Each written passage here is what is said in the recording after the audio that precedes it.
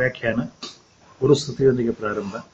ಗುರುವೇ ಸರ್ವಲೋಕಾನಾಂ ವಿಷಯೇ ಭವರೋಗಿಣಾಂ ನಿಧಯೇ ಸರ್ವವಿದ್ಯಾನಾಂ ಶ್ರೀದಕ್ಷಿಣಾಮೂರ್ತಯೇ ನಮಃ. ಸದಾಶಿವಸಮಾರಂಭಾಂ ಶ್ರೀಶಂಕರಾಚಾರ್ಯಮಧ್ಯಮಾಂ ಅಸ್ಮದಾಚಾರ್ಯಪರ್ಯಂತಾಂ ವಂದೇ ಗುರುಪರಂಪರಾಂ. ಓಂ ನಮೋ ಭಗವತೆ ವಿರಾಜೇಶ್ವರಾಯ. ಓಂ ಶ್ರೀ ಗಣೇಶಾಯ ನಮಃ. ಓಂ ಶ್ರೀ ಮಹಾಸರಸ್ವತ್ಯೈ ನಮಃ.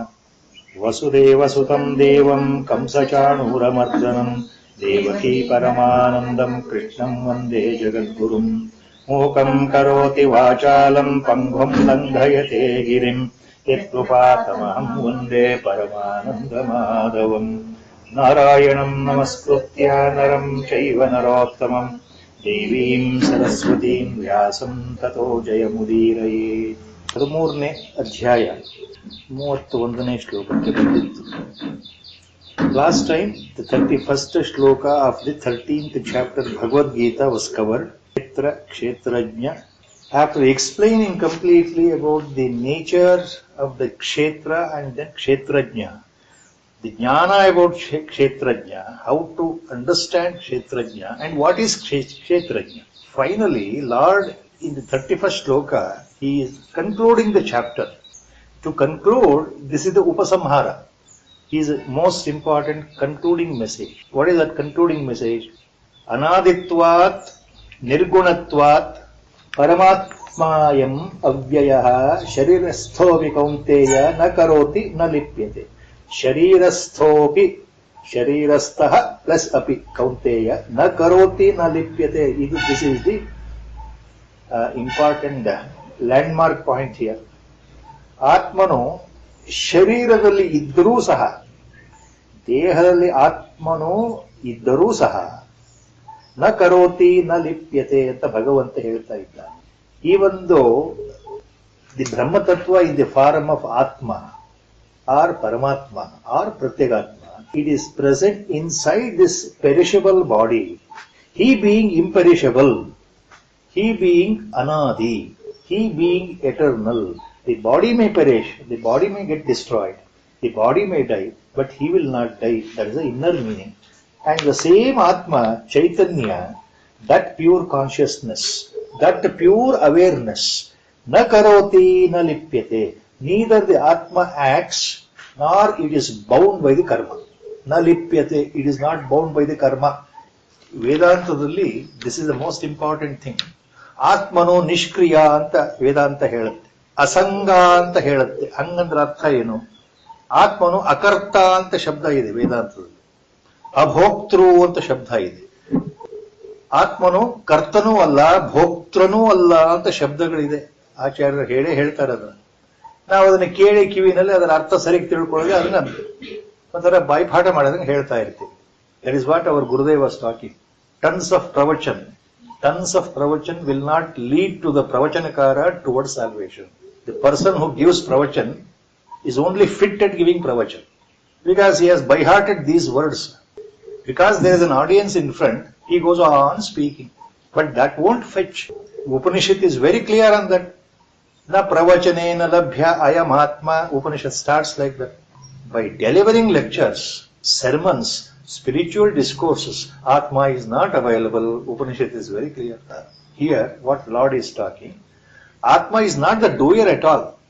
Always eternal, ever present in the same state of Sat Chit Ananda Swarupa. That is why Paramatma is known as, Atma is known as Satchidananda Swarupa. That is why all Jnanis are known as Satchidananda Swarupa. Because Jnani, the word itself in Vedanta means merged with God. We are using again the word merged with God. There are no separate entities, as our Gurudev used to always say. In order to explain the process of realization, Atma Sakshatkarada ಅನುಭವ ಹೇಗಾಗತ್ತೆ ಅಂತ ಹೇಳೋದಕ್ಕೋಸ್ಕರ ಒಬ್ಬ ಜ್ಞಾನಿಯನ್ನು ಕುರಿತು ತಿಳಿದವರು ಹೇಳೋ ವಿಷಯ, ಆತನು ಭಗವಂತನಲ್ಲಿ ಐಕ್ಯವಾಗಿದ್ದಾನೆ. ಜ್ಞಾನಿಗೆ ಆ ಪ್ರಶ್ನೆ ಬರೋದೇ ಇಲ್ಲ. ಯಾಕೆ ಅಂದ್ರೆ ಅವನು ಅದೇ ಆಗಿಬಿಟ್ಟಿದ್ದಾನೆ, ಆ ಸ್ವರೂಪವೇ ಆಗಿದ್ದಾನೆ. ಆ ಸ್ವರೂಪದಲ್ಲೇ ನೆಲೆ ನಿಂತಿರೋದ್ರಿಂದ ಜ್ಞಾನಿ ಪರಮಾತ್ಮ, ಜ್ಞಾನಿ ಮಹಾತ್ಮ, ಒಬ್ಬ ಮುನಿ ಯಾವತ್ತು ನಾನು ಪರಮಾತ್ಮನಲ್ಲಿ ಐಕ್ಯನಾಗಿದ್ದೇನೆ ಅಂತ ಹೇಳೋದಾಗ್ಲಿ, ನಾನು ಜ್ಞಾನವಂತನಾಗಿದ್ದೇನೆ ಅಂತನೂ ಹೇಳೋದಾಗ್ಲಿ, ನನಗೆ ಜ್ಞಾನ ಬಂದಿದೆ ಅಂತ ಹೇಳೋದಾಗ್ಲಿ ಯಾವತ್ತೂ ಮಾಡೋದಿಲ್ಲ. ಅಖಂಡವಾದಂತಹ, ಅಪರಿಚ್ಛಿನ್ನವಾದಂತಹ, ಏಕಂ ಏವ ಅದ್ವಿತೀಯವಾದಂತಹ ಒಂದೇ ಆತ್ಮ ಚೈತನ್ಯ, ಒಂದೇ ಪರಮಾತ್ಮ ಎಲ್ಲ ಕಡೆ ಇದೆ ಅಂತ ಅನುಭವಕ್ಕೆ ಬಂದಿರೋ ವಿಷಯ. ಅಲ್ಲಿ ನಾನು ಅನ್ನೋ ಈ ಹೊರಗಿನ ಭಾವ ಇಲ್ಲದೇ ಇರೋದ್ರಿಂದ, ಅಹಂಕಾರ ಭಾವ ಇಲ್ಲದೇ ಇರೋದ್ರಿಂದ, the superficial I, that is A ego, when it is gone, there is nobody to claim that I am a jnani. To claim that I am a jnani, that I itself is already gone. That is the state of affairs in the case of a jnani. ಅದಕ್ಕೆ ಎಲ್ಲಾ ಮಹಾತ್ಮರು ಈ ಮಾತು ಹೇಳಿದ್ದಾರೆ. ಜ್ಞಾನಿಯ ಮನೋಭೂಮಿಕೆ ಸಾಮಾನ್ಯರಿಗೆ ಅರ್ಥ ಆಗಲ್ಲ. Our Gurudev has used repeatedly one phrase, very difficult to really understand. A jnani, or he says a knowledgeable wise man, that is the word he uses for a jnani. A wise man, andre idu buddhivanta alla, real jnani. A wise man will be experiencing both manifest and unmanifest simultaneously. Our Gurudev's words. ಒಬ್ಬ ಜ್ಞಾನಿಗೆ ಹೇಗೆ ಆತನ ವ್ಯವಹಾರ ಇರುತ್ತೆ ಪ್ರಪಂಚದಲ್ಲಿ ಅಂದ್ರೆ, ಆತನಿಗೆ ನಶ್ವರವಾದ ಪ್ರಪಂಚವೂ ಕಾಣ್ತಾ ಇರುತ್ತೆ, ಅವುಗಳ ಜೊತೆಗೆ ಆತನ ಮನಸ್ಸು, ಆತನ ಬುದ್ಧಿ, ಆತನ ಕರಣಗಳು ವ್ಯವಹಾರ ಮಾಡ್ತಾ ಇರುತ್ತೆ. ಅವುಗಳ ಜೊತೆಗೆ ಮಾತನಾಡ್ತಾ ಇರ್ತಾನೆ, ನೋಡ್ತಾ ಇರ್ತಾನೆ, ಹೇಳ್ತಾ ಇರ್ತಾನೆ, ಉಪದೇಶ ಮಾಡ್ತಾ ಇರ್ತಾನೆ, ಕೊಡ್ತಾ ಇರ್ತಾನೆ, ಬೈತಾ ಇರ್ತಾನೆ, ಊಟ ಮಾಡ್ತಾ ಇರ್ತಾನೆ, ಎಲ್ಲವೂ ಇರುತ್ತೆ. ಇದು ನಶ್ವರ ಅಂತ ಗೊತ್ತಿದೆ, ಇದು ತೋರಿಕೆಗೆ ಕಾಣ್ತಾ ಇರೋ ಮಿಥ್ಯಾ ಅಂತ ಗೊತ್ತಿದೆ, ಇವುಗಳಿಗೆ ಅರ್ಥವೇ ಇಲ್ಲ ಅಂತ ಜ್ಞಾನಿಗೆ ಗೊತ್ತಿದೆ. ಅದರ ಜೊತೆಗೆ ಯಾವತ್ತು ಆತ್ಮತತ್ವದಿಂದ ಜ್ಞಾನಿಯ ಮನಸ್ಸು ಕೆಳಗಡೆ ವಿಚಲಿತ ಆಗಿರೋದಿಲ್ಲ.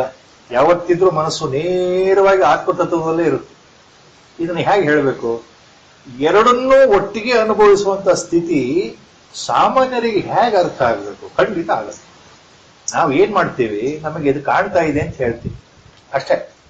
ಇಲ್ಲ ಅದು ಕಾಣಬೇಕು, ಇಲ್ಲ ಇದು ಕಾಣಬೇಕು. ಬಹಳಷ್ಟು ಜನ ಒಂದು ಮಾತು ಹೇಳ್ತಾರೆ, ನಾನು ಧ್ಯಾನದಲ್ಲಿದ್ದಾಗ ಪ್ರಶಾಂತವಾಗಿತ್ತು ಮನಸ್ಸು. ಭಗವಾನರು ಅದಕ್ಕೆ ಉತ್ತರ ಕೊಟ್ಟಿದ್ದಾರೆ, ಗುರುಗಳು ಅದನ್ನು 1000 ಸಲ ಹೇಳಿದ್ದಾರೆ ಅವಸ್ಥಾತ್ರಯ ವಿಶ್ಲೇಷಣೆಯಲ್ಲಿ. ಯಾವ ರೀತಿ ಗಾಢವಾದ ನಿದ್ದೆ ಬಂದಾಗ ನಾನು ಅನ್ನೋ ವಸ್ತುನೇ ಇರಲ್ವಲ್ಲ, ಅಲ್ಲಿ ಏನೂ ಇರೋದಿಲ್ವಲ್ಲ, ಅಲ್ಲಿ ಸುಖ ಇಲ್ಲ, ದುಃಖ ಇಲ್ಲ. ನಾನು ಸುಖಿ, ನಾನು ಭೋಗಿ, ನನಗೆ ದುಃಖಿ, ನಾನು ಏನೂ ಇಲ್ವಲ್ಲ, ಅಲ್ಲಿ ಕರ್ತೃತ್ವ ಇಲ್ಲ, ಭೋಕ್ತೃತ್ವವೂ ಇಲ್ಲ. ಗಾಢ ನಿದ್ದೆಯಲ್ಲಿ ಯಾವ ಯೋಚನೆ ಇಲ್ಲ, ಯಾವ ಸಮಸ್ಯೆ ಇಲ್ಲ, ಕಡೆ ಹೋಗುವಂಥದ್ದಿಲ್ಲ. ಅಲ್ಲಿ ಬಂಧು ಇಲ್ಲ, ಬಾಂಧವರಿಲ್ಲ, ಗಂಡ ಇಲ್ಲ, ಹೆಂಡತಿ ಇಲ್ಲ, ಮಕ್ಕಳಿಲ್ಲ, ಮನೆ ಇಲ್ಲ, ಸೈಟ್ ಇಲ್ಲ, ಏನೂ ಇಲ್ಲ. ಹೋಯ್ ಭಗವಂತನೂ ಇಲ್ಲ ಅಲ್ಲಿ. ಗಾಢ ನಿದ್ದೆಯಲ್ಲಿ ಭಗವಂತ ಇದ್ದಾನ ನೆನಪಿಗೆ ಬರ್ತಾ ಇದೆಯಾ? ಪ್ರತಿ ಕ್ಷಣದಲ್ಲಿ ಇಲ್ಲ. ಭಗವಂತನೂ ಇಲ್ಲ, ಸೃಷ್ಟಿ ಇಲ್ಲ, ಸಂಹಾರ ಇಲ್ಲ, ವೇದಗಳಿದೆಯಾ? ವೇದಗಳು ಇಲ್ಲ. ಗಾಢ ನಿದ್ದೆಯಲ್ಲಿ ಏನಿದೆ? ಏನೂ ಇಲ್ಲ. ಆ ಏನೂ ಇಲ್ಲದೆ ಇರೋ ಸ್ಥಿತಿಯೇ ಪ್ರಶಾಂತವಾದ ಸ್ಥಿತಿ. ಭಗವಾನರು ಅದನ್ನು ಬಹಳ ಸಲ ಹೇಳಿದ್ದಾರೆ, ನಮ್ಮ ಗುರುಗಳು ಹೇಳಿದ್ದಾರೆ. ಇನ್ಫ್ಯಾಕ್ಟ್ ಗುರುಗಳು ಒಮ್ಮೆ ಹೇಳ್ತಾ ಇರ್ಬೇಕಾದ್ರೆ ಮಾಂಡುಕ್ಯೋಪನಿಷತ್ ಬಗ್ಗೆ ಹೇಳ್ತಾ ಇದ್ದಾಗ ಅವಸ್ಥಾತ್ರಯ ವಿಶ್ಲೇಷಣೆ ಹೇಳ್ತಾ ಇದ್ರು. ಅಲ್ಲಿ ಇದೆಲ್ಲ ಕೆಲವು ಹೇಳ್ತಾ ಇದ್ರು ಗುರುಗಳು, ಅವಾಗವಾಗ ಹೇಳ್ತಾ ಇದ್ರು. ಗಾಢ ನಿದ್ರಾ ಸ್ಥಿತಿ ಹೆಚ್ಚು ಕಡಿಮೆ ನಿರ್ವಿಕಲ್ಪ ಸಮಾಧಿ ಸ್ಥಿತಿ, ಅದಕ್ಕೂ ವ್ಯತ್ಯಾಸ ಇದೆ. ನಿಮಗೆ ಗಾಢ ನಿದ್ರೆಯಲ್ಲಿ ಏನು ಗೊತ್ತಾಗಲ್ಲಲ್ವಾ, ಪ್ರಶಾಂತವಾದ ಏನೋ ಒಂದು ಸ್ಥಿತಿ, ಅದೇ ನಿಜವಾದ ನಿರ್ವಿಕಲ್ಪ ಸ್ಥಿತಿ. ಎಚ್ಚರದಲ್ಲಿ ಆ ಸ್ಥಿತಿ ಬರಬೇಕು. ಧ್ಯಾನದಲ್ಲಿ ಎಚ್ಚರದಲ್ಲಿ ಕೂತಾಗ ಆ ಸ್ಥಿತಿ ಬಂದ್ರೆ ನಿಮಗೆ ಧ್ಯಾನ ಸಿದ್ಧಿ ಅಂತ ಗುರುಗಳು ಹೇಳ್ತಾರೆ. ಅಲ್ಲಿ ಏನಿದೆ? ಅಲ್ಲಿ ಏನೂ ಇಲ್ಲ, ಕರ್ತೃತ್ವ ಇಲ್ಲ, ಭೋಕ್ತೃತ್ವ ಇಲ್ಲ, ನಾನು ಅನ್ನೋ ವಸ್ತುನೇ ಇಲ್ಲ. ಅದನ್ನೇ ಭಗವಂತ ಹೇಳ್ತಾರೆ, ಶರೀರಸ್ಥೋಪಿ ಕೌಂತೇಯ ನ ಕರೋತಿ ನ ಲಿಪ್ಯತೆ. ಸೊ ಆತ್ಮನು ಶರೀರದ ಒಳಗಡೆ ಇದ್ದಾನೆ ಅಂತ ಭಾಸ ಆದರೂ ಆತನಿಗೆ ಯಾವ ಬಂಧನವೂ ಇಲ್ಲ. ಆತ ಕರ್ತನೇ ಅಲ್ಲ, ಆತನು ಅಕರ್ತ. ಆತನಿಗೆ ಯಾವ ಸಂಘವೂ ಇಲ್ಲ, ಯಾವ ಮಮತೆಯೂ ಇಲ್ಲ, ಮಮಕಾರವೂ ಇಲ್ಲ, ಅಹಂಕಾರವೂ ಇಲ್ಲ. ಆತ ಕೇವಲ he is neither the doer nor the enjoyer. He is not bound, though he is inside the body. That means, Lord, to summarize the whole thing, he says, the kshetrajna, who is also called shariri or dehi, because he is present inside the sharira or the deha, neither is bound with the body, nor is attached to the body, nor he does anything. To make it very clear, next 2 shlokas, final point in the 13th shloka. ಇದು ನಮಗೆ ಅರ್ಥ ಆಗೋದಕ್ಕೆ ಭಗವಂತ ಮುಂದಿನ 2 ಶ್ಲೋಕದಲ್ಲಿ ಉದಾಹರಣೆ ಕೊಡ್ತಾ ಇದ್ದಾರೆ. ಆಕಾಶದ ಉದಾಹರಣೆ ಕೊಡ್ತಾ ಇದ್ದಾರೆ. ಆಕಾಶ ಎಲ್ಲ ಕಡೆ ಇದೆ, ನಮ್ಮ ಅನುಭವ, ಯಾರು ಬೇಕಾದ್ರೂ ಅರ್ಥ ಆಗುತ್ತೆ. ಆಕಾಶ ಖಾಲಿ, ಆಕಾಶ ಅಂದ್ರೆ ಖಾಲಿ ಜಾಗ. ಅದಕ್ಕೆ ಏನಾದ್ರೂ ಆಕಾರ ಇದೆಯಾ, ಬಣ್ಣ ಇದೆಯಾ, ವರ್ಣ ಇದೆಯಾ, ಅದಕ್ಕೆ ವಾಸನೆ ಏನಿಲ್ಲ. ಆಕಾಶ ನಿರ್ವಿಕಾರವಾಗಿದೆ. ನಿರ್ಲಿಪ್ತವಾಗಿದೆ, ಅದು ಅಂಟ್ಕೊಳ್ಳಲ್ಲ. ಎಲ್ಲವೂ ಆಕಾಶದಲ್ಲಿದೆ, ಆಕಾಶ ಎದರೊಳಗೂ ಇಲ್ಲ. ಆಕಾಶ ಎಲ್ಲೂ ಅಂಟಿಕೊಂಡಿಲ್ಲ, ಎಲ್ಲ ಕಡೆ ಇದೆ. ಪ್ರಾಣಿಗಳ ದೇಹದ ಒಳಗೂ ಇದೆ, ಹೊರಗೂ ಇದೆ, ಬ್ರಹ್ಮಾಂಡದಲ್ಲಿದೆ, ಎಲ್ಲ ಕಡೆ ಇದೆ. Spite of it being everywhere, totally omnipresent, omniscient, not bound by any rules. But it is not bound, limited to one individual or one entity or one satellite or one star or whatever it is. It is throughout the universe. The present day scientists can understand this example very well because of their knowledge about the space. यथा सर्वगतं सौक्ष्म्यादाकाशं नोपलिप्यते सर्वत्रावस्थितो देहे तथात्मानोपलिप्यते. यथा सर्वगतं सौक्ष्म्यात् आकाशं न अपि लिप्यते, न उपलिप्यते, नोपलिप्यते, न उपलिप्यते, सर्वत्र अवस्थितः देहे तथात्मा न उपलिप्यते. यथा सर्वगतं आकाशं सौक्ष्म्यात् ಅತ್ಯಂತ ಸೂಕ್ಷ್ಮವಾಗಿರೋದ್ರಿಂದ, ಸೂಕ್ಷ್ಮಾತಿ ಸೂಕ್ಷ್ಮವಾಗಿರೋದ್ರಿಂದ ಅದು ಎಲ್ಲಿಯೂ ಅಂಟಿಕೊಳ್ಳೋದಿಲ್ಲ ಆಕಾಶ ಅನ್ನೋದು. It is being subtler than the subtle. ಸೂಕ್ಷ್ಮಕ್ಕಿಂತ ಸೂಕ್ಷ್ಮ, ಅತಿ ಸೂಕ್ಷ್ಮ, ಸೂಕ್ಷ್ಮಾತಿ ಸೂಕ್ಷ್ಮ ಆಗಿರ್ತಕ್ಕಂಥ ಆಕಾಶ ಎಲ್ಲಿಯೂ ಅಂಟಿಕೊಳ್ಳೋದಿಲ್ಲ. It is not bound anyway. ಅದೇ ರೀತಿ ಸೇಮ್ ವೇ ಸರ್ವತ್ರ ಅವಸ್ಥಿತೋ ದೇಹೇ ತಥಾತ್ಮ. ಅದೇ ರೀತಿ ತಥಾ, ಆದ್ದರಿಂದ ಅದೇ ರೀತಿ ಆತ್ಮ ಸರ್ವತ್ರ ಅವಸ್ಥಿತಃ ದೇಹೇ ನ ಉಪಲಿಪ್ಯತೆ. So, in the same way like the space, Atman too present in all the bodies, sarvatra, dehe. Atma is present in all creatures, Allah. But still it is not bound by any individual creature. ಪ್ರತಿಯೊಂದು ಜೀವಿಗಳ ಹೃದಯದಲ್ಲಿ ಅದೇ ಒಂದೇ ಆತ್ಮ ಇದ್ರು ಅದು ಅದಕ್ಕೆ ಅಂಟಿಕೊಂಡಿಲ್ಲ ಅಂತ ಅರ್ಥ. ನ ಉಪಲಿಪ್ಯತೆ. ಹಿಂದ್ಗಡೆ ಶ್ಲೋಕದಲ್ಲಿ ಏನಿದೆಯೋ ನ ಕರೋತಿ ನ ಲಿಪ್ಯತೆ, ನ ಲಿಪ್ಯತೆ is here is again using another term, ನ ಉಪಲಿಪ್ಯತೆ. Both are same. So it is not bound ಅಂತ ಅರ್ಥ. So the all pervasive Atman present in all individuals or creatures or living organism is not bound. Simple example, analogy to explain. Second example, he talks about the sun. In the second example, the sun is there, the largest star. Not only Earth, all other planets revolving around the star sun. ಆಕಾಶದಲ್ಲಿರ್ತಕ್ಕಂತಹ ಸೂರ್ಯ ನಮ್ಮ ಭೂಮಿಯನ್ನು ಹಿಡ್ಕೊಂಡು ಚಂದ್ರನನ್ನೂ ಸೇರಿಸಿ ಬುಧಗ್ರಹ, ಗುರುಗ್ರಹ, ಶನಿ, ಎಲ್ಲ ಮಂಗಳ, ಎಲ್ಲ ಗ್ರಹಗಳನ್ನ ಬೆಳಗಿಸ್ತಾನಲ್ಲ. ಆತನ ಪ್ರಖರವಾದ ಬೆಳಕು ಎಲ್ಲ ಗ್ರಹಗಳ ಮೇಲೆ ಬೀಳುತ್ತಲ್ಲ. ನಮ್ಮದೇ ಗ್ರಹ ತಗೊಂಡ್ರೆ ಭೂಮಿ, ಇಡೀ ಪ್ರಪಂಚಕ್ಕೆ ಬೆಳಕು ಕೊಡ್ತಕ್ಕಂಥ ಒಬ್ಬನು ಸೂರ್ಯ. ಸೂರ್ಯ ಒಬ್ಬನೇ, ಆದರೆ ಆತನ ಬೆಳಕು ಇಡೀ ಪ್ರಪಂಚವನ್ನು ವ್ಯಾಪಿಸಿಕೊಂಡಿದೆ. ಆತನ ಬೆಳಕಿನಲ್ಲಿ ಇಡೀ ಪ್ರಪಂಚದ ಕಾರ್ಯಗಳು ತಾನಾಗಿ ನಡೆಯುತ್ತೆ. Our Gurudev was always fond of this exam. Even before we started discussion on Bhagavadgita, he took this exam. Everybody can understand. ನೋಡಪ್ಪ, when the sun rises, you are a scientist, you can understand very well. He told me, when the sun rises, in the circadian rhythm, in the daily rhythmic activity, as soon as the sun rises in the east, nocturnal animals, he used the word, ಕೇವಲ ಕೆಲವು ರಾತ್ರಿ ಹೊತ್ತಿನಲ್ಲಿ ಮಾತ್ರ ಜಾಗೃತವಾಗಿರ್ತಕ್ಕಂತಹ ಕೆಲವು ಪ್ರಾಣಿಗಳನ್ನ ಬಿಟ್ರೆ ಸರ್ವೇ ಸಾಮಾನ್ಯ ಎಲ್ಲಾ ಪ್ರಾಣಿಗಳು, ಎಲ್ಲಾ ಮನುಷ್ಯರು ಸೂರ್ಯ ಉದಯದ ನಂತರ ಪ್ರಾಣಿ ಪಕ್ಷಿಗಳು, ಜನಗಳು ತಮ್ಮ ತಮ್ಮ ಕೆಲಸಗಳನ್ನ ಮಾಡಲಿಕ್ಕೆ ಪ್ರಾರಂಭ ಮಾಡ್ತಾರೆ. ವೃಕ್ಷಗಳು, ಗಿಡಗಳು ತಮ್ಮ ತಮ್ಮ ಕೆಲಸವನ್ನು ಪ್ರಾರಂಭ ಮಾಡ್ತವೆ. They are all bound by the. ಸೂರ್ಯ ಅದನ್ನು ನೋಡ್ತಾ ಇದ್ದಾನೆ. ಸೂರ್ಯ ಯಾರಿಗೂ ಹೇಳೋದಿಲ್ಲ, ಬೆಳಗಾಯ್ತು ನಾನು ಬಂದಿದ್ದೀನಿ, ನೀವು ಹೇಳಿ, ಲೇಟ್ ಆಯ್ತು, 6 ಗಂಟೆ ಆಯ್ತು, 7 ಗಂಟೆ ಆಯ್ತು, ನಿಮ್ ಕೆಲಸಕ್ಕೆ ಹೋಗಿ ಅಂತ ಸೂರ್ಯ ಹೇಳೋದಿಲ್ಲ. ಅವ್ರ Gurudev example. He will not instruct anybody, but automatically people get up and do their morning work because we are diurnal animals. ನಾವು ಹಗಲ ಹೊತ್ತು ಕೆಲಸ ಮಾಡತಕ್ಕಂಥ ಪ್ರಾಣಿ ಜೀವಿಗಳು ನಮ್ಮ ಕೆಲಸವನ್ನು ಮಾಡ್ತೇವೆ. ಪ್ರತಿಯೊಬ್ಬರಿಗೂ ಸೂರ್ಯ ಹೇಳಲ್ವಲ್ಲ, ಆದೇಶ ಕೊಡಲ್ವಲ್ಲ. ಆತನ ಪ್ರತ್ಯಕ್ಷ ಮಾತ್ರದಿಂದ ಬೆಳಗಾಯಿತು ಅಂತ ಭಾವ ಬಂದು ಕೂಡಲೇ ನಮ್ಮ ಕೆಲಸಗಳು ನಾವು ಮಾಡ್ತೇವೆ. ಅಂದ್ರೆ ಆತನ ಸನ್ನಿಧಿಯಲ್ಲಿ ನಮ್ಮ ಕೆಲಸಗಳು ತಾನಾಗಿ ಆಗ್ತಾ ಇದ್ದಾವೆ. ಆತ ಸಾಕ್ಷೀಭೂತನಾಗಿದ್ದಾನೆ. ಸೂರ್ಯ ಮುಳುಗಿದ ಮೇಲೆ ನಮ್ಮ ಕೆಲಸಗಳು ನಾವು ನಿಲ್ಲಿಸ್ತೇವೆ. ಅದು ವಿಶ್ರಾಂತಿ, ಮಲಗೋ ಸಮಯ. ಸೂರ್ಯ ಮುಳುಗ್ಬೇಕಾದ್ರೆ ಆ ಮಾತು ಹೇಳಿ ಹೋಗಲ್ವಲ್ಲ, ನಾನು ಹೋಗ್ತಾ ಇದ್ದೇನಪ್ಪ, ಮುಳುಗ್ತಾ ಇದ್ದೀನಿ, ಆಯ್ತು ನೀವು ಮಲ್ಕೊಳ್ಳಿ ಅಂತ ಆತ ಏನು ಹೇಳೋದಿಲ್ಲ. ಏಳು ಅಂತನೂ ಹೇಳಲ್ಲ, ಮಲ್ಕೊಳ್ಳಿ ಅಂತನೂ ಹೇಳಲ್ಲ. ಇದು ನಾವಾಗಿ ಆ ಸೂರ್ಯನ ಬೆಳಕಿಗೆ ಅನುಗುಣವಾಗಿ ಮಾಡ್ತಕ್ಕಂಥ ಕ್ರಿಯೆಗಳು.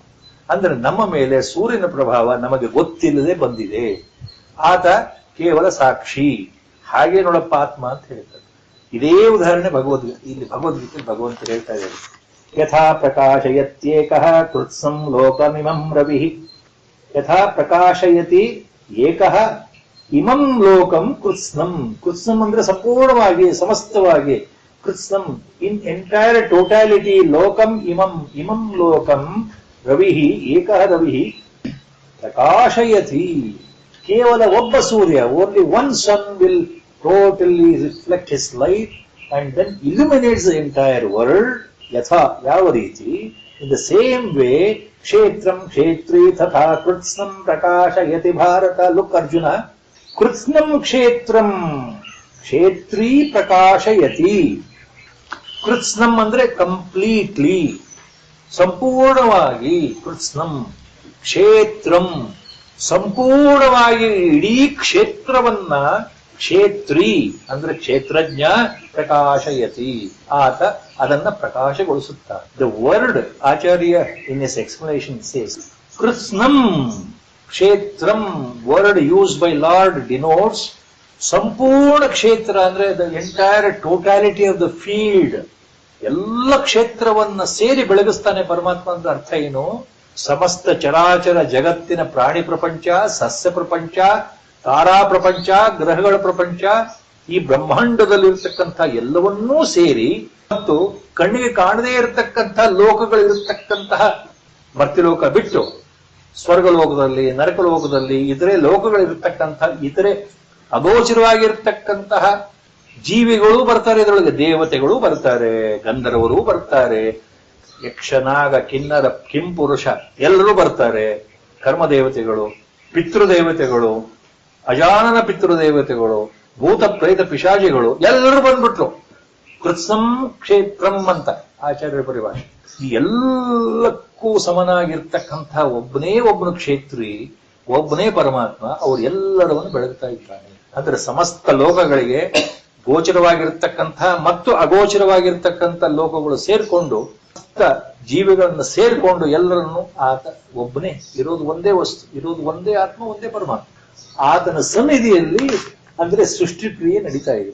ಆತನ ಸನ್ನಿಧಿ ಇಲ್ಲದೆ ಇದ್ರೆ ಈ ಸೃಷ್ಟಿಗೆ ಯಾವ ಅರ್ಥವೂ ಇದು ಪೂರ್ತಿ ಜಡ. ಅದಕ್ಕೆ ಇದನ್ನು ವಿನಾಶಿ ಅಂತ ಹೇಳೋದು, ವಿಕಾರಿ ಅಂತ ಹೇಳೋದು. ಅದಕ್ಕೋಸ್ಕರ ಆದಿ ಅಂತ್ಯ ಇರತಕ್ಕಂಥ ವಸ್ತು ಅಂತ ಹೇಳೋದು. ಇದಕ್ಕೆ ಒಂದು ಹುಟ್ಟಿದೆ, ಒಂದು ಸಾವಿದೆ. ಆಪೋಸಿಟ್ ವೇ ಆ ತತ್ವಕ್ಕೆ ಏನ್ ಹೇಳ್ತಾರೆ ವೇದಾಂತ? ನಾವೇನ್ ಹೇಳ್ತೇವೆ? ಆದ್ಯಂತ ರಹಿತವಾಗಿರ್ತಕ್ಕಂಥದ್ದು, ಅವಿನಾಶಿ, ಅವಿಕಾರಿ, ನಿಷ್ಕ್ರಿಯ, ನಿಸ್ಸಂಗ. All these objectives are used to denote that atma tatva paramatma. Only for the sake of explanation these words are used. ನಾವು ವೇದಾಂತ ಹೇಳುತ್ತೆ ಯಾವ ಶಬ್ದಗಳಿಂದ ಪರಮಾತ್ಮನನ್ನು ಹೊಗಳ್ತಾ ಇದ್ದೇವೆ ಅವು ಯಾವುದೂ ನಿಜ ಅಲ್ಲ. ಅವುಗಳು ಮೀರಿ ಇರ್ತಕ್ಕಂಥ ತತ್ವ ಅದು. ನಮ್ಮ ಅನುಕೂಲಕ್ಕೋಸ್ಕರ, ಅರ್ಥ ಆಗ್ಲಿ ಅನುಕೂಲಕ್ಕೋಸ್ಕರ ನಾವೇನ್ ಹೇಳ್ತೇವೆ? ಪರಬ್ರಹ್ಮ, ಪರಮಾತ್ಮ, ಪರತತ್ವ, ಪರಾವರ, ಪ್ರತ್ಯಗಾತ್ಮ, ಆತ್ಮ, ಚೈತನ್ಯ, ಈಶ್ವರ, ಪರಮೇಶ್ವರ. ಈ ಎಲ್ಲಾ ಶಬ್ದಗಳನ್ನು ನಾವು ನಮ್ಮ ಉದ್ಧಾರಕ್ಕೋಸ್ಕರ ಹೇಳ್ತಾ ಇದ್ದೇವೆ.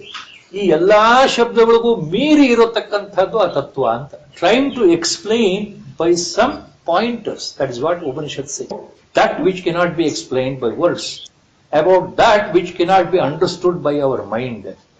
About that which cannot be felt by your logic, your intelligence, your ahankara. Nothing will reach there. As long as my ahankara is here inside my body, as long as I think that I am very intelligent, I understand. God will never illuminate, or in other words, the divinity will not descend inside our body. Even though he is there, he is completely masked. Descent of divinity. ಭಗವಂತನ ಅವತರಣಿಕೆ ಅಂದ್ರೆ ಅರ್ಥ ಏನು ಅಂದ್ರೆ ಭಗವಂತ ಅಲ್ಲೇ ಇದ್ದಾನೆ, ಆ ಕಾಣೋದಿದೆಯಲ್ಲ ಆ ಅನುಭವ, ದಟ್ ಇಸ್ ಕಾಲ್ಡ್ ಡಿಸೆಂಟ್. ಭಗವತ್ ತತ್ವ ನಮ್ಮಲ್ಲಿ ಇಳಿದಿದೆ. That is in other words called gurukripa. ಅದನ್ನೇ ಎಲ್ಲಾ ಮಹಾತ್ಮರು ಹೇಳೋದು. ಕೇವಲ ಗುರುಕೃಪೆಯಿಂದ, ನಿಜವಾದ ಭಕ್ತಿ ಶ್ರದ್ಧೆಯಿಂದ ನಾವು ಗುರುವಿನ ಆರಾಧನೆ ಮಾಡಿದ್ರೆ, ಗುರುವಿನ ಆರಾಧನೆ ಅಂದ್ರೆ ಗುರು ಹೇಳಿದ ಹಾಗೆ ನಾವು ಜೀವನ ನಡೆಸ್ತಾ ಇದ್ರೆ, ಆತನ ಆದೇಶದ ಹಾಗೆ ನಾನು ಜೀವನ ಮಾಡ್ತಾ ಇದ್ರೆ ಆ ಕೃಪೆ ಇಲ್ಲಿ ಇಳಿಯತ್ತೆ, ಅಂದ್ರೆ ಭಗವದ್ ದರ್ಶನ ಆಗುತ್ತೆ. ಸೊ ಎರಡು ಉದಾಹರಣೆ, ಯಾವ ರೀತಿ ಆಕಾಶ ಎಲ್ಲ ಕಡೆ ಇದೆಯೋ ಮತ್ತೆ ಯಾವ ರೀತಿ ಸೂರ್ಯನಿಂದ ಇಡೀ ಜಗತ್ತೇ ಬೆಳಗುತ್ತೋ ಆ ಪ್ರಕಾರ ಎಲ್ಲರ ಹೃದಯದಲ್ಲಿರ್ತಕ್ಕಂತಹ ಕ್ಷೇತ್ರಜ್ಞ, ಆ ಎಲ್ಲ ಹೃದಯದಲ್ಲಿರ್ತಕ್ಕಂಥ ಕ್ಷೇತ್ರಜ್ಞ ಆತ ಒಬ್ಬನೇ ಇದ್ದಾನೆ, ಒಂದೇ ವಸ್ತು, ಮತ್ತು ಎಲ್ಲರನ್ನು ಆ ಒಂದು ವಸ್ತು ಬೆಳಗುತ್ತದೆ. ಯಥಾ ಪ್ರಕಾಶಯತ್ಯೇಕಃ ಕೃತ್ಸ್ನಂ ಲೋಕಮಿಮಂ ರವಿ ಕ್ಷೇತ್ರಂ ಕ್ಷೇತ್ರಿ ತಥಾ ಕೃತ್ಸ್ನಂ ಪ್ರಕಾಶಯತಿ Bharat. To conclude this point, he comes to one final assertion in this 13th chapter. The point here in the 34th sloka is very simple, but very difficult. Again, we have to follow it. When I can follow it? When I really experience it. Till I experience, again it becomes only pravachana. It becomes only theoretical hearing. It becomes only intellectual understanding. Yes. What you said, I have understood. I will say, yes, I know how to say. Only these two things are happening. Till the person who gives discourse really experiences, or the person who listens, ಎರಡರಲ್ಲಿ ಒಂದಾಗಬೇಕು. ಅನುಭವ ವೇದ್ಯ ಆಗೋ ತನಕ ಇದು ಕೇವಲ ಹೇಳಿಕೆ ಮಾತಾಗತ್ತೆ. ಹೇಳೋದನ್ನ ಇನ್ನೊಬ್ರು ಕೂತ್ ಕೇಳ್ತಾ ಇರ್ತಾರೆ. ನಾವು ಕೇಳಿದ್ವಿ ಅಂತ ಅವರಿಗೆ ಸಂತೋಷ, ಹೇಳೋರಿಗೆ ನಾವು ಹೇಳಿದ್ವಿ ಅಂತ ಸಂತೋಷ. ಇವೆರಡೂ ಮೀರಿ ಹೋಗುವಂತ ಸ್ಥಿತಿ ಯಾವುದು ಅಂದ್ರೆ ಸ್ವಂತ ಅನುಭವಕ್ಕೆ ಬರುವಂತಹದ್ದು. ಅದು ಯಾವಾಗ ಆಗುತ್ತೆ ಅಂತಂದ್ರೆ ಅದು ಕೇವಲ ಗುರುಕೃಪೆಯಿಂದ ಮಾತ್ರ ಆಗೋ ವಿಷಯ. ಆ ಗುರುವಿನ ಕರುಣೆ, ಗುರುವಿನ ಅನುಗ್ರಹ, ಗುರುವಿನ ಕೃಪೆ ಬಹಳಷ್ಟು ಎಲ್ಲಿ ಶ್ರದ್ಧೆ, ನಿಜವಾದ ಶ್ರದ್ಧೆ ಇದೆಯೋ, ನಿಜವಾದ ಶರಣಾಗತಿ ಇದೆಯೋ, ಅಲ್ಲಿ ಗುರುಕೃಪೆ ಇಳಿಯುತ್ತೆ ಅಂತ ವೇದಾಂತ ಸ್ಪಷ್ಟವಾಗಿದೆ. ಒಬ್ಬ ಶಿಷ್ಯನ ಅಥವಾ ಒಬ್ಬ ಭಕ್ತನ ನಿಜವಾದ ಮುಕ್ತಿ ಗುರುಕೃಪೆಯಿಂದನೇ ಸಾಧ್ಯ ಅಂತ ಎಲ್ಲಾ ಗುರುವಚನಗಳಲ್ಲಿ, ಗುರು ಪರಂಪರಾ ಸ್ತೋತ್ರಗಳಲ್ಲಿ, ಗುರು ಸ್ತೋತ್ರಗಳಲ್ಲಿ, ಗುರು ಮಹಿಮ್ನಾ ಸ್ತೋತ್ರ ಎಲ್ಲ ಕಡೆ ಬಂದಿರೋದು ಗುರುಕೃಪಾ ಹಿ ಕೇವಲಂ ಶಿಷ್ಯಸ್ಯ ಪರಮ ಮಂಗಲಂ. ಇದೇ ವಿಷಯವನ್ನ ಇಲ್ಲಿ ಭಗವಂತ 34ನೇ ಶ್ಲೋಕ, 34th ಶ್ಲೋಕ, ಆಲ್ಮೋಸ್ಟ್ ವಿ ಆರ್ ಎಂಡ್. ಕ್ಷೇತ್ರ ಕ್ಷೇತ್ರಜ್ಞಯೋರೇವಂ ಅಂತರಂ ಜ್ಞಾನ ಚಕ್ಷುಷ. The word is used here. Jnana Chakshush, the eyes of the wisdom. Jnana Netra, the eyes of the Jnana. Perception through the wisdom. Show. Jnana Netra. Kshetrajna yorevam antaram Jnana Chakshusha. Bhota Prakruti Moksham cha ye vidur yanti te param. Tamma Jnana Chakshugalinda, those by the grace of Guru are about to complete their sadhana. And by the grace of Guru, they are almost at the verge of realization or enlightenment. With the help of that spiritual eye or the insight, Jnana Chakshusha, with the spiritual insight, Kshetra Kshetrajnayorevam Antaram Viduhu. Only such people who are qualified, who are deserving, who are real aspirants, who are real sadhakas, who are real mumukshus, they, what happens? With the help of the eyes of the jnana, they discern, that means they understand, they experience, understand completely, precisely, difference between kshetra and kshetrajna. Kshetrajnayorevam antaram. Kshetrajnayoho antaram. Eva antaram. The antaram is the difference between kshetra and kshetrajna. If that is correctly understood by such people, and also bhuta prakriti moksham cha, and also they should understand bhuta prakriti moksham. What does it mean, bhuta prakriti moksham? They also should understand the path of liberation, the path of enlightenment, the bondage with the nature. They should also know the difference. What is a path of liberation? What is a bondage? ಯಾರಿಗೆ ತಮ್ಮ ಪ್ರಕೃತಿ ಸಹಜವಾದ ಬಂಧನ ಅಂದ್ರೆ ಏನು, ಮೋಕ್ಷ ಅಂದ್ರೆ ಏನು, ಮೋಕ್ಷ ಮಾರ್ಗ ಅಂದ್ರೆ ಏನು, ಇವುಗಳ ಅಂತರ ಸರಿಯಾಗಿ ಅರ್ಥ ಆಗಿದೆಯೋ, ಕ್ಷೇತ್ರ ಅಂದ್ರೆ ಏನು, ಕ್ಷೇತ್ರಜ್ಞ ಅಂದ್ರೆ ಏನು, ಇವುಗಳ ಅಂತರ ಸರಿಯಾಗಿ ಅರ್ಥ ಆಗಿದೆಯೋ, ಅಂತಹವರು, ಅಂತಹ ಮುಮುಕ್ಷುಗಳು, ಅಂತಹ ಸಾಧಕರು ಯಾರು ತಿಳ್ಕೊಂಡಿದ್ದಾರೋ, ವಿದುಹು ತಿಳ್ಕೊಂಡಿದ್ದಾರೋ, ತೇ ಪರಂ ಯಾಂತಿ, ಅಂತವರು ಪರಮಗತಿಯನ್ನು ಹೊಂದುತ್ತಾರೆ.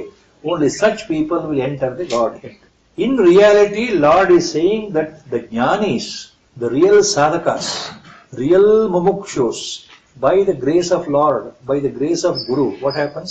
Only such jnanis who have understood kshetra and kshetrajna difference. Kshetra kshetrajnayorevam antaram. Antaram, difference between kshetra and kshetrajna. And also they have understood bhuta prakriti moksham. What is bhuta prakriti? What is moksha? That is, what is liberation? What is bondage? Bhuta Prakriti, attachment to the Prakriti, attachment to our of the innate Maya of the Lord. Because of the influence of Moola Prakriti or Maya, we are bound. ನಾವು ಸಂಸಾರಕ್ಕೆ ಅಂಟ್ಕೊಂಡಿದೀವಲ್ಲ ಗೊತ್ತಿಲ್ಲದೇನೆ, ಅದು ಮಾಯ ಪ್ರಭಾವ. ಯಾರಿಗೆ ಇದರ ಅರ್ಥ ಸರಿಯಾಗಿ ಆಗಿದೆಯೋ, ಸಂಸಾರ ಬಂಧನ ಅಂದ್ರೇನು, ಮೋಕ್ಷ ಅಂದ್ರೇನು, in simple. Those who have understood correctly difference between path of liberation, ಯಾರಿಗೆ ಇದು ಸರಿಯಾಗಿ ಅರ್ಥ ಆಗಿದೆಯೋ, ಸರಿಯಾಗಿ ಅರ್ಥ ಆಗೋದು ಅಂದ್ರೆ again what Lord hints, what our Gurudev writes in his Vyakhana here. Understanding means not merely verbal understanding, intellectual understanding ಅಲ್ಲ ಇದು. ನಾನು ಓದ್ಬಿಟ್ಟು ಅರ್ಥ ಮಾಡ್ಕೊಂಡೆ ಅಂತಲ್ಲ. ಬಂಧನ ಅಂತಂದ್ರೆ ಇದು, ಮೋಕ್ಷ ಅಂದ್ರೆ ಭಗವಂತನನ್ನು ಸೇರೋದು, ಅಷ್ಟೇ ತಿಳ್ಕೊಂಡ್ರೆ ಅಲ್ಲಪ್ಪ. ನಿಜವಾಗೂ ಅರ್ಥ ಆಗಬೇಕು ಅಂದ್ರೆ ಅರ್ಥ ಎನ್ನುವುದು ಅನುಭವಕ್ಕೆ ಬರಬೇಕು. ಅನುಭವಕ್ಕೆ ಯಾವಾಗ ಬರುತ್ತೆ? ನನ್ನ ಮನಸ್ಸು ಚಿತ್ತಶುದ್ಧಿ ಆದಾಗ. ಚಿತ್ತಶುದ್ಧಿ ಆದಾಗ ಏನಾಗುತ್ತೆ? ಮನಸ್ಸು ತಿಳಿಯಾಗ್ತಾ ಹೋಗುತ್ತೆ. ಮನಸ್ಸು ತಿಳಿಯಾಗ್ತಾ ಏನಾಗುತ್ತೆ? ಆಸೆಗಳು ಹೋಗ್ತಾ ಹೋಗುತ್ತೆ. ಆಸೆಗಳು ಸಂಪೂರ್ಣವಾಗಿ ಹೋದ್ಮೇಲೆ ಮತ್ತೇನಾಗುತ್ತೆ? ಪ್ರಶಾಂತ ಮನಸ್ಸು, ವಿಚಲಿತವಾಗದೇ ಇರೋ ಮನಸ್ಸು, ಎಲ್ಲವೂ ಬಂದು ಮನಸ್ಸು ಶಾಂತವಾಗಿ ಸಮಾಧಿ ಸ್ಥಿತಿಗೆ ಹೋಗುತ್ತೆ. ಧ್ಯಾನದಲ್ಲಿ ಆಸೆಗಳು ಸಂಪೂರ್ಣವಾಗಿ ಬತ್ತೋಗುವಂತ ಸ್ಥಿತಿ, ಸಂಕಲ್ಪಗಳು ಸಂಪೂರ್ಣವಾಗಿ ಬತ್ತೋಗುವಂತ ಸ್ಥಿತಿ, ಇವೆಲ್ಲವೂ ಬಂದರೆ ಮಾತ್ರ ಮೋಕ್ಷದ ದ್ವಾರ ಅಂದ್ರೇನು, ಬಂಧನ ಅಂದ್ರೇನು, ಕ್ಷೇತ್ರ ಅಂದ್ರೇನು, ಕ್ಷೇತ್ರಜ್ಞ ಅಂದ್ರೇನು ಅರ್ಥ ಆಗುತ್ತೆ. Yet it is so difficult. ಅದಕ್ಕೆ ಉಪನಿಷತ್ತು ಯಾವಾಗಲೂ ಒಂದು ಬಹಳ ಮುಖ್ಯವಾದ ವಚನ ಇದೆ, ಗುರುಗಳು ಯಾವಾಗಲೂ ಹೇಳ್ತಾರೆ. ಭಗವದ್ಗೀತೆಯಲ್ಲಿ ಅದನ್ನೇ ಭಗವಂತ ಹೇಳಿದ್ದಾನೆ, ಅದು ಬಂದಿದೆ ಈ ಅಧ್ಯಾಯ. ತದ್ದೂರೇ ತದಂತಿಕೆ ಉಪನಿಷತ್ ವಚನ. ಅದು ತುಂಬಾ ದೂರದಲ್ಲಿದೆ, ತುಂಬಾ ಹತ್ತಿರದಲ್ಲೂ ಇದೆ. It is so near and it is so far. It says like that about Atma. Realization, God realization is so far away. It's very difficult. So it is inside. They cannot see that inside. Completely covered by their ego. Their mental setup, mental makeup, previous birth tendencies, vasanas.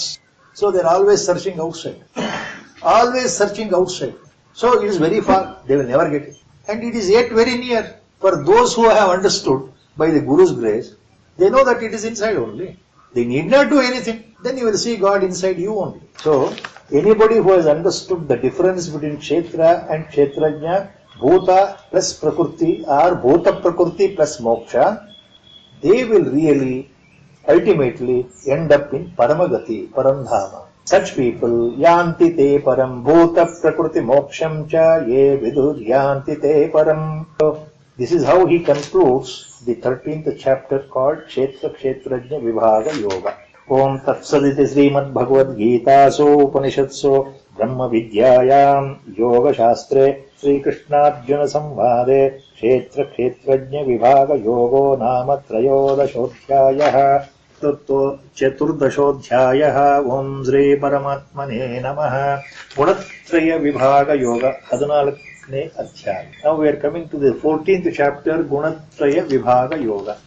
For this chapter, the main point is simple to follow. Once we follow that main point, aವಾಗ ಏನಾಗುತ್ತೆ, the whole chapter you can follow very clearly. The inner meaning inside.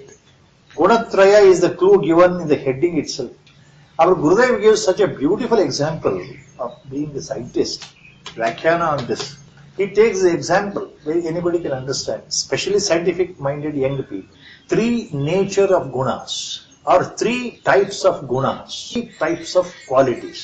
Quality is not a correct term translation for this Vedantic term guna. So the 3 states of the mentality, guna. He gives a simple example. Our Gurudev, before 14th chapter explanation, he takes up that. Look at one example. He gives the example of water molecule. ನೀರನ್ನ ಉದಾಹರಣೆ ತಗೊಂಡು ಈ ಅಧ್ಯಾಯದ ಮೊದಲೇನೆ ಗುರುಗಳು ಒಂದು ಮಾತು ಹೇಳ್ತಾರೆ. Our Gurudev says, take the example of water. Every one of you know that. Water is flowing tide, liquidity. Its nature is easily flowable, turbid. It has no shape or particular. It takes any shape of its own container. Because it's fast moving liquidity. ಅದಕ್ಕೆ ಚಲನಾಶಕ್ತಿ ಇದೆ, ನೀರಿಗೆ ಹರಿಯುವ ಗುಣ ಇದೆ, ಆಕಾರ ಇಲ್ಲ.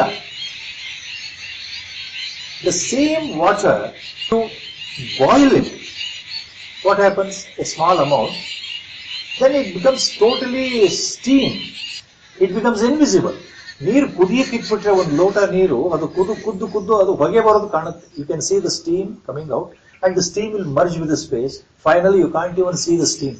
So the same water now disappears in the form of steam. So you call it is in the form of gas. Earlier it was in liquid state. Now it is in gaseous state. Earlier it was liquid, now it is called gas. Water vapor, ಗಾಳಿ, ಇದು ನೀರು ಬಿಸಿಯಾಗಿ ಹಬೆ ರೂಪದಲ್ಲಿ ಬಂದಾಗ ಅದೇನಾಗುತ್ತೆ, ಗಾಳಿ ತರ ಆಯ್ತು, ನಮಗೆ ಕಾಣೋದಿಲ್ಲ. Same water, when you subject to lowest temperature by pressure, what happens? Temperature is lowered down to -1, -2, -3. Even at the time of zero itself, water solidifies. It becomes ice. Everybody knows that. Then you call it a solid form. The ice is a solid form. Water is a liquid form. Water vapor is gaseous form. This example it is. Same entity appears in 3 different ways. Change in the temperature. ಒಂದೇ ಪದಾರ್ಥ, ಒಂದೇ ವಸ್ತು 3 ತರ ಕಾಣ್ತಾ ಇದೆ ನಮಗೆ. ಅದು ಆವಿ ರೂಪದಲ್ಲೂ ಕಾಣ್ತಾ ಇದೆ, ಹರಿಯೋ ರೂಪದಲ್ಲಿ ಕಾಣ್ತಾ ಇದೆ, ಮತ್ತು ಗಟ್ಟಿಯಾದ ಪದಾರ್ಥ ರೂಪದಲ್ಲೂ ಕಾಣ್ತಾ ಇದೆ. Same way the 3 gunas. The 3 gunas are there ever since at the time of the beginning of creation.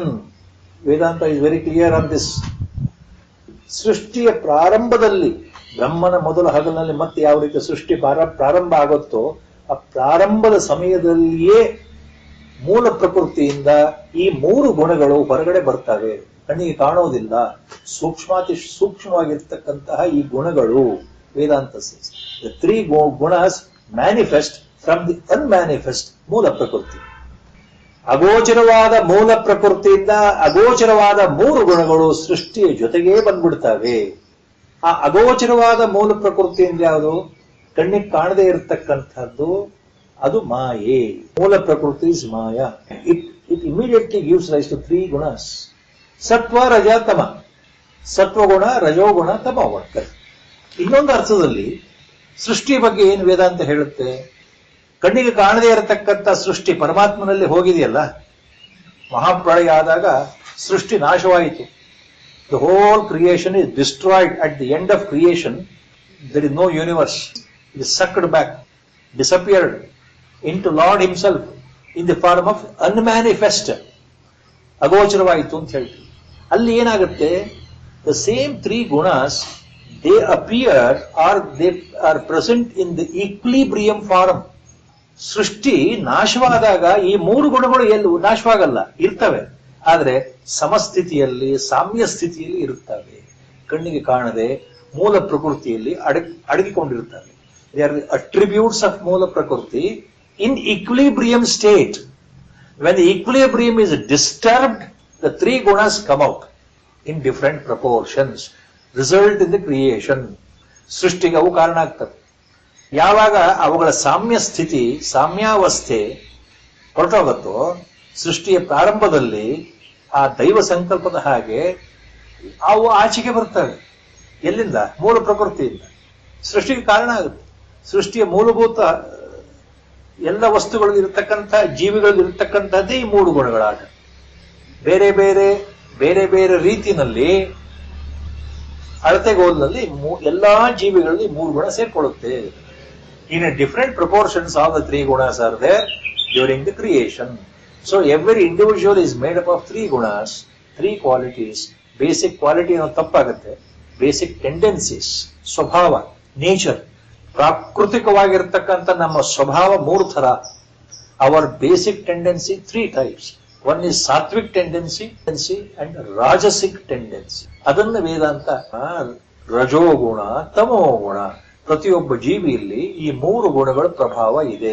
ಈ 3 ಗುಣಗಳು ಸೇರಿ ಪ್ರತಿಯೊಬ್ಬ ಜೀವಿಯನ್ನು ಆಟ ಆಡಿಸುತ್ತೆ. So basically how much percentage I have, we don't know. This is according to our karma siddhanta, according to the purva punya bala, according to the deeds of the previous birth. In this birth, when you have taken birth, how much sattva you have in your psyche, how much sattva tendency are there in your mind, nobody knows. Even you don't know. How much tamasic tendency I have right from the birth, I don't know. Similarly, how much rajasic tendency I have, but all the three are there in the body, in the mind. The basic point of this 14th chapter, Gunatraya Vibhaga Yoga. Another basic point is, because of the play of these three gunas, these three tendencies in the mind, ಈ ಮೂರು ಸ್ವಭಾವಜನ್ಯ ಗುಣಗಳಿಂದ ನಮ್ಮ ಮನಸ್ಸಿನಲ್ಲಿ ಏನು ಆಟ ನಡೆಯುತ್ತಲ್ಲ, ಈ ಗುಣಗಳಿಂದಲೇ ನಾವು ಬಂಧನಕ್ಕೆ ಬೀಳ್ತಾ ಇದ್ದೇವೆ ಪ್ರತಿ ಜನ್ಮದಲ್ಲಿ. Because of the three gunas we are bound to the samsara. What does it mean? We are bound to samsara ಅಂದ್ರೆ ಮೀ ಅಂಡ್ ಮೈನ್, ನಾನು, ನನ್ನದು, ಈ ಭಾವನೆಗಳು ಹುಟ್ಟುತ್ತಾನೆ ಬರ್ಲಿಕ್ಕೆ ಕಾರಣನೇ ಈ ಮೂರು ಗುಣಗಳು. ಪ್ರತಿಯೊಬ್ಬ ಜೀವಿಗೂ ಇದು ನಾನು ಅಂತ ಗೊತ್ತಿರುತ್ತೆ. ನಾನು ego factor, I am so and so, I am so and so, I am son or daughter of so and so. This remains till the last breath of the death or till the last death. ಇದು ನನ್ನದು, ಅದು ಮಮಕಾರ. What is mine? Mine includes your association or your attachments. That attachment is bandhana. I, that is also bandhana. I am so and so is bandhana itself. Attachment is also equally bandhana. What is attachment? What is mamakara? This is my property. This is my house. This is my money. This is my husband or wife. This is my children. These are my father and mother. These are my brother and sister. They are all mine. These people are mine. They belong to me. I belong to them. This feeling will remain till death. So, this ahankara, mamakara is because of the play of the three gunas by birth. ನಾವು ಹುಟ್ಟುತ್ತಾನೆ ನಮಗೆ ಗೊತ್ತಿಲ್ಲದೆ ನಮ್ಮ ಮನಸ್ಸಿನಲ್ಲಿ ಇದೆಯಲ್ಲ, ಸತ್ವಗುಣ ಇದೆ, ರಜೋಗುಣ ಇದೆ, ತಮೋಗುಣ ಇದೆ, ಬೇರೆ ಬೇರೆ ಬೇರೆ. ಅವು ಯಾವುದು ಸಮಸ್ಥಿತಿಲಿಲ್ಲ. ಸಮಸ್ಥಿತಿ ಇದ್ರೆ ನಾನು ಜ್ಞಾನಿ ಆಗ್ಬಿಡ್ತೇನೆ. ಅವು ಸಮಸ್ಥಿತಿಲಿ ಇಲ್ಲದೆ ಇರೋದ್ರಿಂದ ನಾನು ಮನುಷ್ಯನಾಗಿದ್ದೇನೆ, ಯೋಚನೆ ಮಾಡ್ತೇನೆ, ನಾನು ನನ್ನದು, ಇದರೊಳಗೆ ನನ್ನ ವ್ಯವಹಾರ.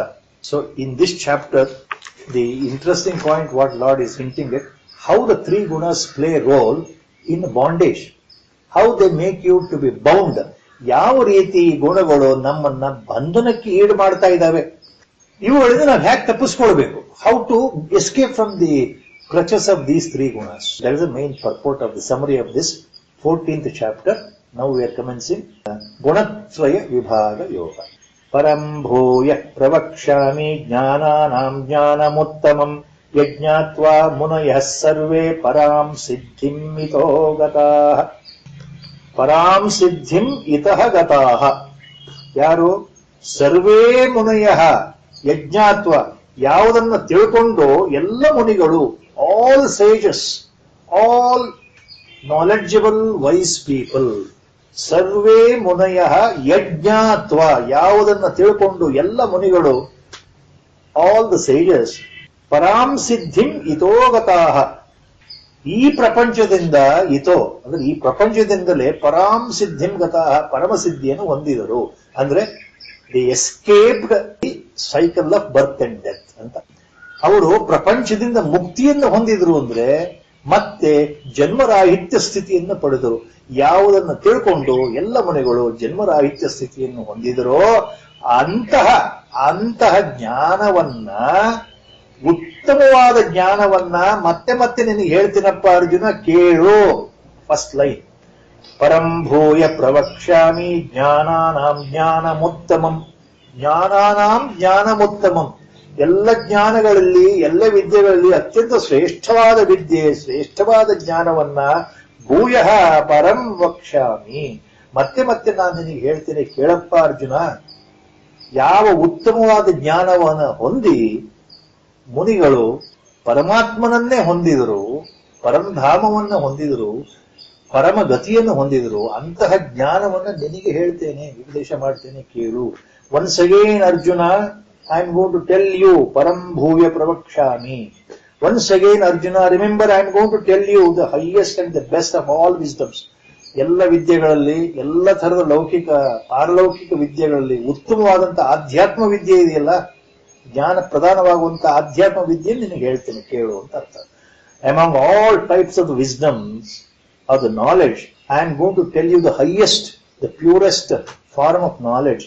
by knowing which, who have followed the path of liberation, have finally entered into the Godhead itself.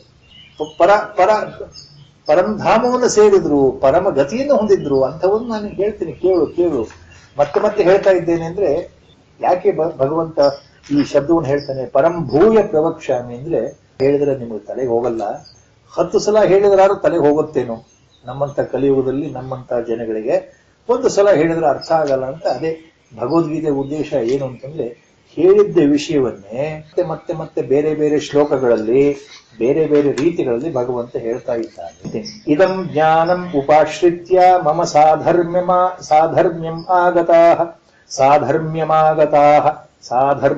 ಆಗತಾಃ ಸರ್ಗೇಪಿ ನೋಪಜಾಯಂತೆ ಪ್ರಳಯೇನ ವ್ಯಥಂತಿ ಚ. ಇದಂ ಜ್ಞಾನಂ ಉಪಾಶ್ರಿತ್ಯ ಮಮ ಸಾಧರ್ಮ್ಯಂ ಆಗತ. ಈ ಜ್ಞಾನವನ್ನ ಹೊಂದಿ, ಉಪಾಶ್ರಿತ್ಯ, ಯಾರು ಈ ಜ್ಞಾನವನ್ನು ಹೊಂದಿದ್ದಾರೋ ನನ್ನ ಧರ್ಮವನ್ನೇ ಹೊಂದಿದ್ದಾರೆ. ಮಮ ಸಾಧರ್ಮ್ಯಂ, they have become me itself, they have entered into me itself. ಅವರು ನನ್ನನ್ನೇ ಪಡ್ಕೊಂಡಿದ್ದಾರೆ, ನನ್ನಂತೆಯೇ ಆಗಿದ್ದಾರೆ, ನನ್ನ ಹಾಗೆ ಅವರು ಪರಮಾತ್ಮ ಸ್ವರೂಪಿ ಆಗಿದ್ದಾರೆ. ಅಂದ್ರೆ ಅರ್ಥ ಏನು? ಜ್ಞಾನವನ್ನು ಹೊಂದಿದ್ದಾರೆ, ಪರಂಧಾಮವನ್ನ ಹೊಂದಿದ್ದಾರೆ, ಬ್ರಹ್ಮೈಕ್ಯವನ್ನ ಹೊಂದಿದ್ದಾರೆ, ಬ್ರಹ್ಮಸ್ವರೂಪರೇ ಆಗಿದ್ದಾರೆ.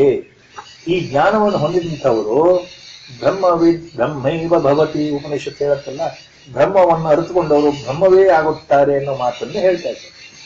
ಮಮ ಸಾಧರ್ಮ್ಯಂ ಆಗತಾಃ, ನನ್ನ ಧರ್ಮವನ್ನೇ ಅವರು ಹೊಂದುತ್ತಿದ್ದಾರೆ. ಅಂಥವರು ಸರ್ಗೇಪಿ ನೋಪಜಾಯಂತೆ ಪ್ರಳಯೇನ ವ್ಯಥಂತಿ ಚ. ಅಂಥವರು ಸೃಷ್ಟಿ ಪ್ರಾರಂಭದಲ್ಲೂ ಅವ್ರು ಬರೋದಿಲ್ಲ. ನಾವು ಉಪಜಾಯಂತೆ ಅಂದ್ರೆ ಅರ್ಥ ಏನು? ಹುಟ್ಟೋದೇ ಇಲ್ಲ. So such people are not born during creation, such people are not destroyed during the destruction of creation. ಪ್ರಳಯೇನ ವ್ಯಥಂತಿ ಚ. ಅವರು ಪ್ರಳಯದಲ್ಲೂ ಇರೋದಿಲ್ಲ, ಆರಂಭದ ಸೃಷ್ಟಿಲೇ ಇರೋದಿಲ್ಲ ಅಂದ್ರೆ ಅರ್ಥ ಏನ್ರಿ? ಭಗವಂತ ಹೇಳ್ತಾ ಇರೋದು ಬಹಳ ಸೂಕ್ಷ್ಮವಾಗಿ ಸರಳವಾಗಿ ಹೇಳ್ತಾ ಇದ್ದಾರೆ. ಯಾರು ಈ ಜ್ಞಾನವನ್ನು ಹೊಂದಿದ್ದಾರೋ ನನ್ನ ಧರ್ಮವನ್ನೇ ಪಡೀತಾರೆ, ನನ್ನ ಹಾಗೆ ಆಗ್ತಾರೆ, ಪರಮಾತ್ಮ ಸ್ವರೂಪರೇ ಆಗ್ತಾರೆ, ಬ್ರಹ್ಮಸ್ವರೂಪರೇ ಆಗ್ತಾರೆ. ಅಂತವರಿಗೆ ಹುಟ್ಟೂ ಇಲ್ಲ, ಸಾವೂ ಇಲ್ಲ. So such people neither have got rebirth not death, they merge in me, they become me only. ಧರ್ಮ್ಯಂ ಆಗತಃ, ನನ್ನ ರೂಪವನ್ನೇ ಹೊಂತಾರೆ, ನನ್ನ ಧರ್ಮವನ್ನೇ ಹೊಂತಾರೆ ಅಂದ್ರೆ ಅರ್ಥ ಏನು? ಅವರು ನಾನೇ ಆಗಿಬಿಡ್ತಾರೆ, ಅವರು ಪರಮಾತ್ಮನೇ ಆಗಿಬಿಡ್ತಾರೆ, ಪರಮಾತ್ಮ ಸ್ವರೂಪನೇ ಆಗಿಬಿಡ್ತಾರೆ. ಯಾರು? ಇಂತಹ ಜ್ಞಾನವನ್ನು ಹೊಂದಿರತಕ್ಕಂತಹ ಜ್ಞಾನಿಗಳು. ಬ್ರಹ್ಮವನ್ನು ಅರ್ಥವರು ಬ್ರಹ್ಮವೇ ಆಗುತ್ತಾರೆ. ಹಾಗೆ ಇಂತಹ ಜ್ಞಾನವನ್ನು ಹೊಂದಿರತಕ್ಕಂಥವರು ಪರಮಾತ್ಮ ಸ್ವರೂಪನೇ ಆಗ್ತಾರೆ ಅಂತ ಯಾರು ಹೇಳ್ತಾ ಇದ್ದಾರೆ? ಪರಮಾತ್ಮನೇ ಹೇಳ್ತಾ ಇರೋದು. You become me only. That is how he starts about this jnana, about difference between kshetra and kshetrajna. Now understanding the play of 3 gunas ಎರಡೂ ಬಂತು. ಯಾರು ಇದನ್ನು ಸರಿಯಾಗಿ ಅರ್ಥ ಮಾಡ್ಕೊಂಡಿದ್ದಾರೋ, ಕ್ಷೇತ್ರಜ್ಞ ಇವುಗಳ ಅಂತರ ಮತ್ತು ಈ 3 ಗುಣಗಳ ಆಟ, ಇವನ್ನ ಸರಿಯಾಗಿ ಅರ್ಥ ಮಾಡ್ಕೊಂಡವರು ನನ್ನನ್ನೇ ಸೇರ್ತಾರೆ. Very very very clear cut simple message ಇದೆ. ಫಸ್ಟ್ ಇದನ್ನ ಅರ್ಥ ಮಾಡ್ಕೊಳ್ದಿದ್ದವ್ರಿಗೆ ಏನ್ ಹೇಳ್ತಾ ಇದ್ದೇನೆ ಭಗವಂತ? ಸಾಮಾನ್ಯರು ಏನಾಗುತ್ತೆ, ಯಾರು ಜ್ಞಾನಿಗಳಲ್ವೋ ಅವ್ರು ಏನಾಗ್ತಾರೆ ಅಂದ್ರೆ ಸೃಷ್ಟಿಯ ಆರಂಭದಲ್ಲಿ ಮತ್ತೆ ಹುಟ್ಟುತ್ತಾರೆ, ಪುನಃ ಹುಟ್ಟುತ್ತಾರೆ, ಪುನಃ ಸಾಯ್ತಾರೆ. ತಮ್ಮ ಕರ್ಮಗತಿಗೆ ಅನುಸಾರವಾಗಿ ಮತ್ತೆ ಹುಟ್ಟುತ್ತಾರೆ, ಮತ್ತೆ ಸಾಯ್ತಾರೆ, ಮತ್ತೆ ಹುಟ್ಟುತ್ತಾರೆ, ಮತ್ತೆ ಸಾಯ್ತಾರೆ. So the other people who are not enlightened, what happens to them? Repeatedly again they are born, again they will. This goes on and on and on till the end of ಅವರ ಚತುರ್ಯುಗ ಮುಗಿಯುವವರೆಗೂ ಸೃಷ್ಟಿ ಇರುತ್ತಲ್ಲ, ಬ್ರಹ್ಮನ ಹಗಲು ಮುಗಿಯುವವರೆಗೂ, ಅಲ್ಲಿವರೆಗೂ ಅವ್ರು ಹುಡ್ತಾ ಇರ್ತಾರೆ, ಸಾಯ್ತಾ ಇರ್ತಾರೆ. ಆಮೇಲೆ ಏನಾಗುತ್ತೆ? Again they are sucked back into the primordial seat of moola prakriti. They become all unmanifest. ಸೃಷ್ಟಿ ಕೊನೆಯಲ್ಲಿ ಎಲ್ಲವೂ ನಾಶವಾಗ್ತಾರೆ, ಮತ್ತೆ ಮೂಲ ಪ್ರಕೃತಿ, ಮೂಲ ಬೀಜದಲ್ಲಿ ಸೇರ್ಕೊಳ್ತಾರೆ. ಮತ್ತೆ ಮುಂದಿನ ಸಲ ಹುಟ್ಟಬೇಕಾದ್ರೆ, ಪುನಃ ಸೃಷ್ಟಿ ಪ್ರಾರಂಭ ಆಗ್ಬೇಕಾದ್ರೆ ಮುಂದಿನ ಹಗಲು ಯಾವ ರೀತಿ ಇದ್ರು ಆ ರೀತಿ ಮತ್ತೆ ಹೊರಗಡೆ ಬರ್ತಾರೆ. ಅದೇ ಬೀಜ ರೂಪದಲ್ಲಿ, ಅವ್ಯಕ್ತ ರೂಪದಲ್ಲಿ, ಮೂಲ ಪ್ರಕೃತಿ ರೂಪದಲ್ಲಿ ಇದ್ದಂತಹ ಎಲ್ಲಾ ಭೂತ ಪ್ರಕೃತಿಗಳು, ಪ್ರಾಣಿ ಸಂಕುಲನಗಳು, ಸಸ್ಯಗಳು ಮತ್ತೆ ಹೊರಗಡೆ ಬರ್ತವೆ, ಮತ್ತೆ ಹುಡ್ತವೆ, ಸಾಯ್ತವೆ, ಹುಡ್ತವೆ. ಇದು ಅನಾದಿಯಾಗಿ ನಡೀತಾ ಇದೆ. Those who are not enlightened, continuously they are born and they die, and they born and they die. This cycle goes on. That is how it starts. Next, the shlokas, Guru Sankalpa, we stop here. Vasudeva Sutam Devam Kamsa Chanuramardhanam Devaki Paramanandam Krishnam Vande Jagadgurum ಮೂಕಂ ಕರೋತಿ ವಾಚಾಲಂ ಪಂಗುಂ ಲಂಘಯತೆ ಗಿರಿಂ ಯತ್ಕೃಪಾತಮಹಂ ವಂದೇ ಪರಮಾನಂದಮಾಧವಂ. ನಾರಾಯಣಂ ನಮಸ್ಕೃತ್ಯ ನರಂ ಚೈವ ನರೋತ್ತಮಂ ದೇವೀಂ ಸರಸ್ವತೀಂ ವ್ಯಾಸಂ